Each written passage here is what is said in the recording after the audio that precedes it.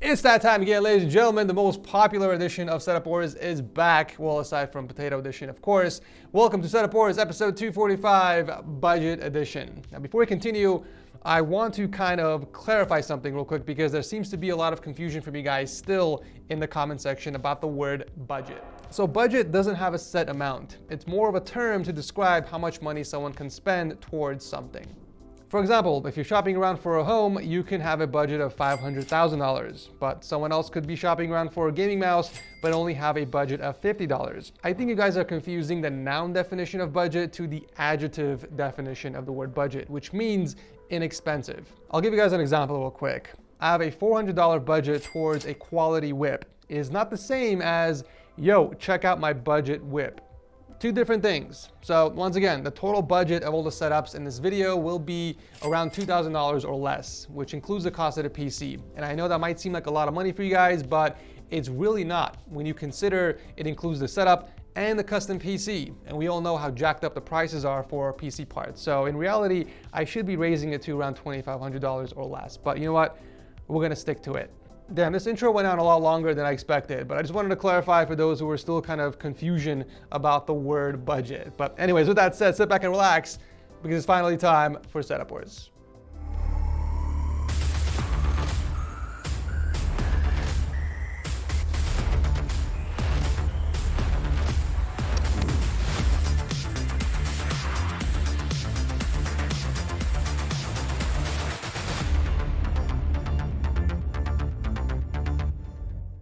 Tech is something that I've always had a passion for. It actually started when I first had the opportunity to build my very first PC, my very first custom PC. That experience has opened me up to the world of computer science, and I kind of held on to that passion and curiosity of mine for the longest time. And back in 2012, I took advantage of that passion and started a YouTube channel. Unfortunately, in the US, only 47% of public high schools offer computer science classes, and out of the 219 countries out there, only 73% are either only piloting computer science in school or doing nothing at all. Today, our sponsor .tech domains, along with domain.com, are donating not 10 or 50%, but an entire 100% of the proceeds from .tech domains to code.org in the months of May and June. I encourage you guys to visit the link in the description section or visit go.tech/Edgar to learn more and support this initiative with your very own .tech domain. We are starting off things very simple with Christian's setup from the UK. The setup's purpose is for gaming and schoolwork, and he built it on top of the IKEA Mickey desk. I love how clean and minimal it looks. We got a single 25-inch Asus monitor with the Jazz AK33 60% keyboard that's paired with the Hoopond wireless mouse. You can't get any cleaner than this. Cables are beautifully managed and hidden underneath the desk. The only other thing left is the custom PC he built, packing the Ryzen 5 3600 and the MSI RTX 2060 Ventus. This guy is on top of everything. He's got the correct fan configuration, proper memory placement, and even picked up a white PSU for those white cables. You can definitely tell he put his heart and soul into the setup, and for being only 13 years old, I'm freaking impressed. Well done, Christian, and thank you for entering. This next setup from Diogo is one of the more interesting setups, and I wanted to feature this one specifically because of his unique layout. He built this for only gaming, but I found it very cool that he made a dedicated place for his PC. I mean, he technically had enough space on the desk, but he wanted to keep the surface very minimal, so he installed a wall shelf with a raceway in the corner to hide the cables. I love that. He also mounted both monitors. The bottom 24-inch is mounted to the desk, while the smaller one is against the wall, so he can kind of tilt it down a little bit. I'm fine with the keyboard and mouse cable going across the desk, but I feel like the headset cable is not really contributing to the clean and minimal look you're going for. I would much rather mount the headset under the desk and route the cable underneath there as well. And since your PC is located on the right side, it just makes the most sense hanging it from the bottom right side of your desk. Finishing up with the custom PC built in the corner, we have the i5-8400 with 16 gigs of RAM, but he didn't list the GPU, so I have no clue what that is, but I'm gonna assume it's a low-end card judging by the single 8-pin PCI connector. But overall, a fantastic budget setup he built here. If you fix the headset location, then I'm confident it will look so much better. Thank you for entering. I might as well call this the clean and minimal edition because we have another clean and minimal setup. This is Jacob's setup from Sweden that he built for gaming, movies, and a little bit of editing. First and foremost, love the wallpaper. The brick wallpaper sets a nice tone for the setup. We got a 24-inch, 144Hz monitor mounted against the wall with a white raceway covering the cables going down. This is what I like to see.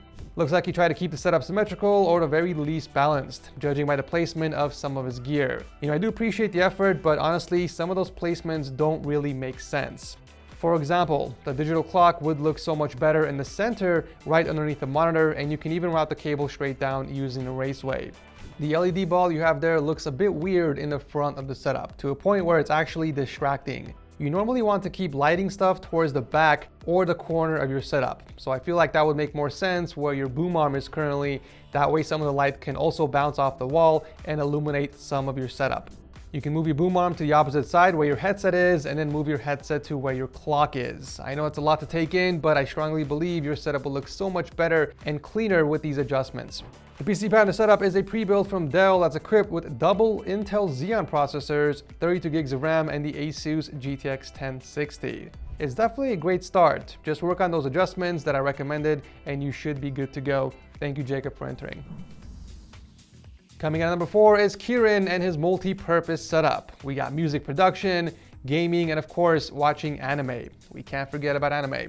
Obviously, the first thing I have to mention, and I'm sure it's on everyone's mind already, but the stonks meme that you hung up on the wall is not even close to being centered with your monitor. I'm not quite sure what the thought process was behind that, but it just sticks out like a sore thumb, especially considering how balanced the rest of the setup is. I mean, you have a fake plant on both sides for symmetry, and you did a great job balancing everything else, so I'm just very confusion. I appreciate the extra effort from the cables for both the keyboard and mouse. It's still going across the desk, but it looks much cleaner this way. We don't have any speakers for the setup. Instead, he uses the M50Xs from Audio-Technica in combination with the newer microphone, which are both hooked up to his Behringer Euphoria audio interface. I think you did a pretty decent job when it comes to cable management underneath the desk, but I feel like a few raceways would have done the job a lot cleaner and would have been much easier for you. But they are managed either way, so I can't complain. It's just when it comes time to disconnect or swap gear from your setup, you're gonna have to take apart each and every single cable clip, and that can get annoying really fast. The PC powering it all is a super clean custom build featuring the Ryzen 7 3700X and the Red Devil RX 5700 XT. It could use some cheap cable extensions from Amazon, but overall a really clean build to complement a clean setup. Well done, and thank you, Kieran, for entering. Wrapping up the episode is Sam from England and his gaming and streaming setup. So I wanted to feature the setup in the video to show you guys this amazing use of space. A lot of people have the same issue as Sam, where they want to build a setup in their bedroom, but they just don't have the space for it. In Sam's case, the bed would have interfered with the setup if he were to go with a regular desk. So what does he do? He improvised and mounted only the tabletop against the desk, eliminating the need to use any support legs. Quite genius if you ask me. He's able to support the tabletop against the desk using only 2 L brackets, but in order to prevent as much weight on them as possible, he mounted both of his monitors against the wall. The only other heavy item on the desk is the custom PC, rocking the Ryzen 5 2600 and the GTX 970. I actually just noticed this. He did leave a little bit of space behind the desk to pass through the cables from his PC, and he did drill a hole through the desk for his keyboard. Nicely done. The rest of the cables underneath the desk are managed really well, no complaints. And it looks like this is where he keeps his gaming headset and Xbox controller as well. Overall, a very impressive setup and really great use of space. Thank you, Sam, for entering. As a reminder, you guys can always pick up a cheap Windows CD key for less than $15. Just click on my link below and use the code TS20 for an extra 20% off. Once you get your CD key, just visit the activation settings in Windows and change your product key. It's that simple. And that will do it for today's video. As always, make sure you guys comment below and let me know which of these setups was your absolute favorite and why. If you guys enjoyed today's video, consider tossing a like before you head out, as it does help out the channel a ton. And if you guys are new here, consider subscribing because I do setup wars every single Monday. Thank you so much for watching, and I'll see you very soon in the next one.